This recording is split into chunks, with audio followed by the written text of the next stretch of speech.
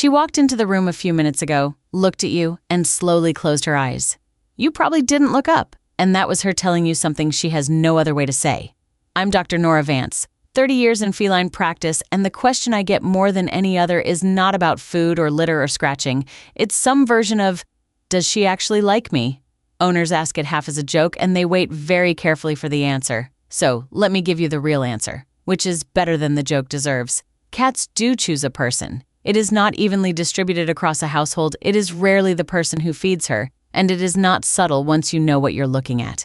There are 7 signs. I've put them roughly in order of how much they actually mean, and the last one is the one almost nobody gets. Sign 1, the slow blink. You've seen it. She holds your gaze, and then her eyes close, unhurried, and open again. In cat language, a hard stare is a threat, so closing her eyes in front of you is the opposite of a threat. She is telling you she is willing to stop watching you. This one has actually been studied. When researchers had people slow blink at cats, the cats were significantly more likely to slow blink back, and more likely to approach a stranger's outstretched hand afterward. Try it tonight. Look at her. Let your eyes close slowly. Open them. Most cats answer.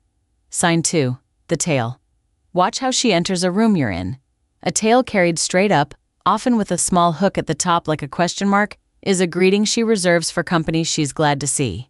Kittens do it to their mothers. Adult cats do it to cats they live peacefully with, and to people.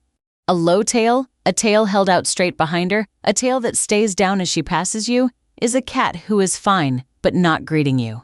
If she comes around the doorframe with that upright question mark, that's a hello, and it's a specific one.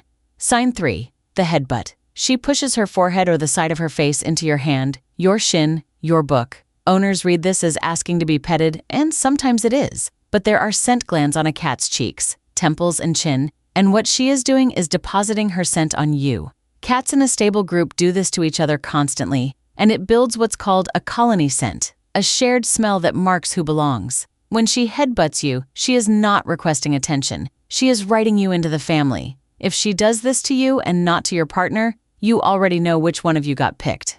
Sign 4, she follows you. Room to room and specifically through doors. The bathroom is the one everybody laughs about, and I want to defend the cat here because it's a genuine signal. A closed door is the one thing in the house that separates her from you against her will, and a great many cats simply will not accept it. Some of it is that you're predictable and she likes proximity. Some of it, I think, is that you are somewhere small and stationary and she has your attention with no competition. Either way, the cat sitting on the bath mat looking at you is not being strange. She's keeping company. Sign 5, where she sleeps. This is the biggest one on the list, and it's the easiest to overlook because it happens while you're unconscious. A sleeping cat is a defenseless cat. Everything about her is built to avoid being caught asleep by something bigger. So where she chooses to do it is a real statement. Near you is good. Touching you is better.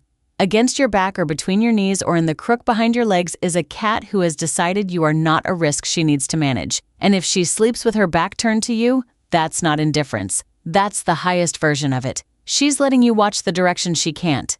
Sign 6, she grooms you, licking your hand, your hair, your face, sometimes with a little nip in it. This is allogrooming, and cats do it in the wild to the members of their group they're bonded to, usually around the head and neck, the places a cat can't easily reach herself. It's care, and it's maintenance of the group scent again. It's also frequently sandpaper on a knuckle at 6 in the morning, related and often on the same lap, kneading, paws pushing rhythmically into a blanket or your thigh. That behavior comes from nursing, and she kept it into adulthood for the context where she feels the way she felt then. It's involuntary contentment. You can't ask for it. Sign 7, the one almost nobody gets. She lets you hold her paws, not tolerating it for a second before pulling away. Actually letting you take a front paw in your hand and hold it or rub it and leaving it there. A cat's paws are her entire escape plan and most of her weaponry, and full-grown cats guard them hard. Ask any of us who trim nails for a living. If she gives you her paws without a fight, without tension running up the leg, that is about as far as feline trust goes. Same category. Rolling over and exposing her stomach in front of you. And I want to stop on that one because it is the single most misread signal in this entire list. Belly up does not mean rub my belly. It means I feel safe enough to show you the part of me I protect. It's a display of trust, not an invitation, and a great many people get scratched reaching for it and conclude the cat is moody or unpredictable. She isn't. She showed you something and you grabbed it. Now, some cats genuinely do love belly rubs, and if yours is one of them, you already know, because she goes limp and stays. If you're not sure, the honest test is 2 seconds of contact and then hands off, and let her ask again. Most cats want the gesture acknowledged, not cashed in. A few more that count quickly because they show up in different homes. She brings you things, a toy, a sock, occasionally something that was recently alive. That is provisioning behavior, and it is a compliment even when it is a disaster. She talks to you specifically. Adult cats barely meow at each other. They develop that voice largely for us, and the little chirps and trills are usually reserved for their person. And she sits facing away from you on your lap, watching the door. She's taken the job of not looking at the exit, because you've got it. Now, the part I actually care about. If you went down that list and your cat does 2 of them, or 1, or none, I don't want you to close this feeling like you failed her. Some of this is temperament, some of it is history, and if she came from a rough start, the ceiling is different, and it moves slowly. What I'd tell you in an exam room is that these behaviors are downstream of 2 things you can genuinely change: predictability and choice. Feed and play at times she can anticipate. Let her initiate contact and let her end it, every time, without following her when she leaves. Sit on the floor sometimes instead of looming over her.